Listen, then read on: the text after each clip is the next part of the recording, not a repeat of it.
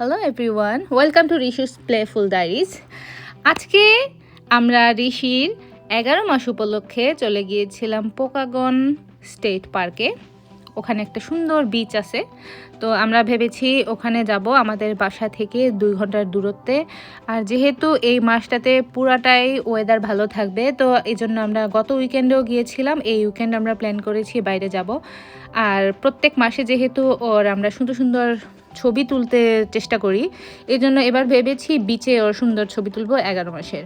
তো আমরা ওর ঘুমের টাইমে বের হয়েছি, সকালবেলা খাওয়ার পরে একটু ঘুমাই, এই টাইমে বের হয়েছি। এই জন্য আমার জন্য খুবই ভালো হয়েছে, কারণ আমার পেছনের সিটে যেতে হয়নি, গান গাইতে হয়নি, আমি সামনের সিটে বসে গিয়েছি। হ্যাঁ, যে সুন্দর সুন্দর ভিডিওগুলো করতে পেরেছি, আকাশটাও এত সুন্দর ছিল আর চারপাশেও খুব ভালো লাগছিল। আমি তো ভিডিওতে কমই দিয়েছি, এমনিতে নর্মালি মোবাইলে আরও ভিডিও করেছি। চারপাশ এত সুন্দর সুন্দর লাগছিল, মনে হচ্ছিলো সবই ভিডিও করে নিয়ে যায়। তো সব তো আর ভিডিওতে দিয়ে এত বড় ভিডিও করার দরকার নাই, এজন্য একটু একটু দিয়েছি। তাও মানে কোনটা রেখে কোনটা দিব বুঝতে পারিনি, কিছু কিছু রেখেছি। তো আমরা চারপাশ দেখে দেখে যাচ্ছিলাম। এই মুহূর্তে আমরা চলে এসেছি এখানে।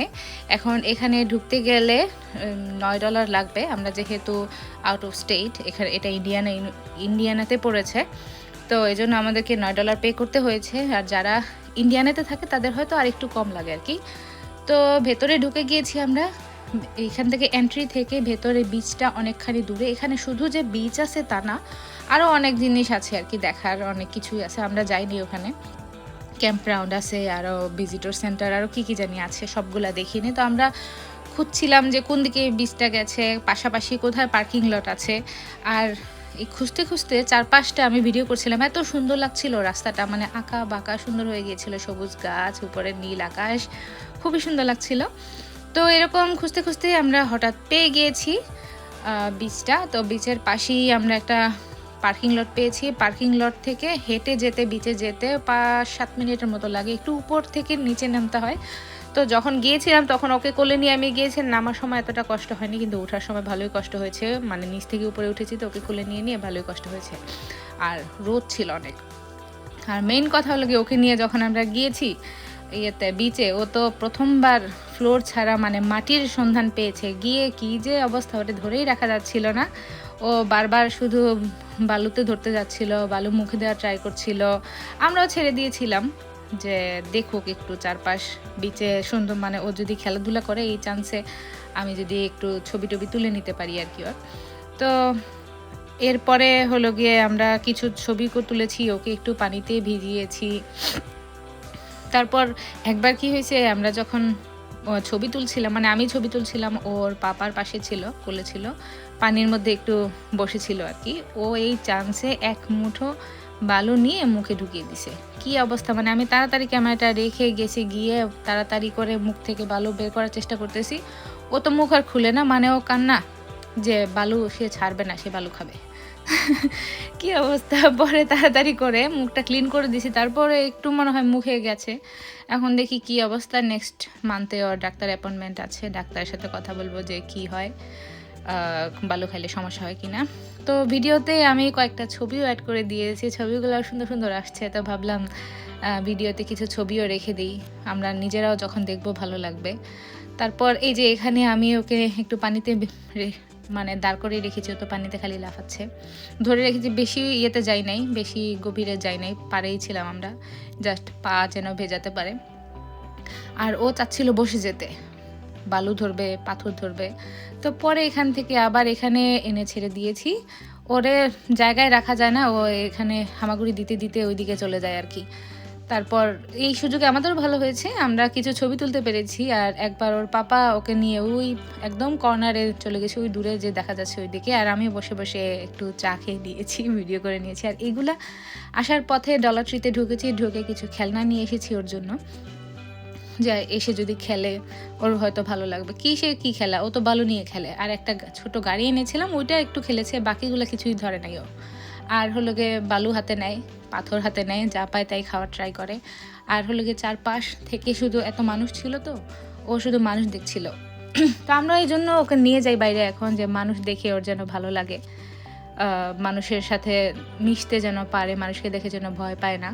এখন কিছুটা ইমপ্রুভ হয়েছে। প্রথম দিকে দেখা যেত কোথাও গেলে মানুষ দেখলে ভয় পেত, এখন দেখা যায় কোথাও গেলে ও মানুষ দেখলে হাসে, ওদের হাত ধরতে চায়, যাকে ভালো লাগে ওর হাত ধরতে চায়, হাই ফাইভ দেয়। ভালোই। ওই গত উইকেন্ডে আমরা যখন গেছিলাম, পাশে একটা মেয়ে বসেছিল, তো দেখা যাচ্ছিল ওই মেয়ের হাত ধরছিল, মেয়েকে হাই ফাইভ দিচ্ছিল, নিজে হাত উপরে তুলছিল। তো মেয়েটা যখন অন্যদিকে তাকায় তখন ওকে আবার ধরে, তো মেয়েটা আবার ওর দিকে তাকায়, ওর হাতে ধরে। তো ভালোই লাগছিল আর কি। তো এরকম করতে করতে হয়তো ও আস্তে আস্তে একটু ইজি হবে, মানুষের সাথে কান্নাকাটি করবে না। এখন ওইখানে যখন গিয়েছি ও কান্নাকাটি কমই করেছে, কারণ মনে হয় ওর ভালো লেগেছে। ওর বদ্ধ জায়গায় থাকতে ভালো লাগে না। যখন শপিং মলে যাই তখন দেখা যায় ও অনেক কান্নাকাটি করে, থাকতে চায় না। কিন্তু এই জায়গায় যাওয়ার পরে দেখা যায় ও ভালোই খেলাধুলা করেছে, হাসি খুশি ছিল। এত রোদ ছিল, গরম ছিল, তাও মানে ও কান্না করে নাই আর কি। তো এই জায়গায় আমি বসেছিলাম ওকে নিয়ে, জায়গাটা এত ভালো লাগছিল, আমার মনে ছিল আরেকটু গভীরে যেতে ভালো লাগতো, কিন্তু যেহেতু আমরা সাঁতার পারি না তাই আমরা রিস্ক নিয়ে নেই। একদম কর্নারে, যেখানে পানি টানি খুব একটা আসে না আর গভীরও না, এই জায়গায় আমরা বসেছিলাম। এখানে বসে আমরা কিছু ভিডিও করে নিয়েছি, কিছু ছবি নিয়ে নিয়েছি।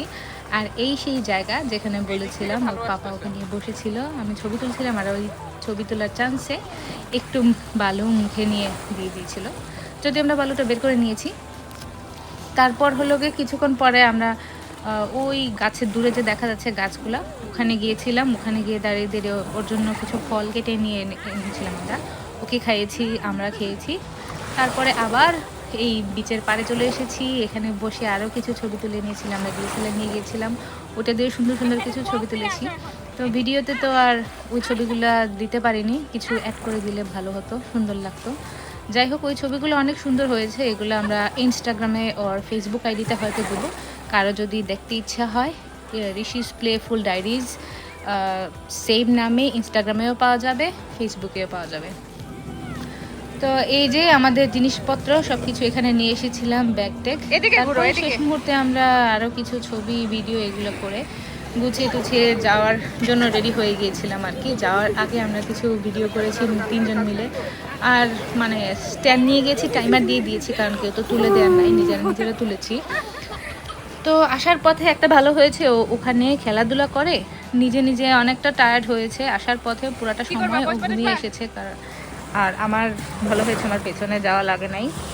আর অন্য সময় তো দেখা যায় টায়ার্ড হলেও 1 ঘন্টার বেশি ঘুমায় না, আর ঘুমালেও আমাকে ঘুম পাড়িয়ে দিতে হয়, গান গেতে হয়, পেছনের সিটে যেতে হয়, তারপরে ঘুমায়। কিন্তু এবার দেখা গেছে ও নিজেই ঘুমিয়েছে।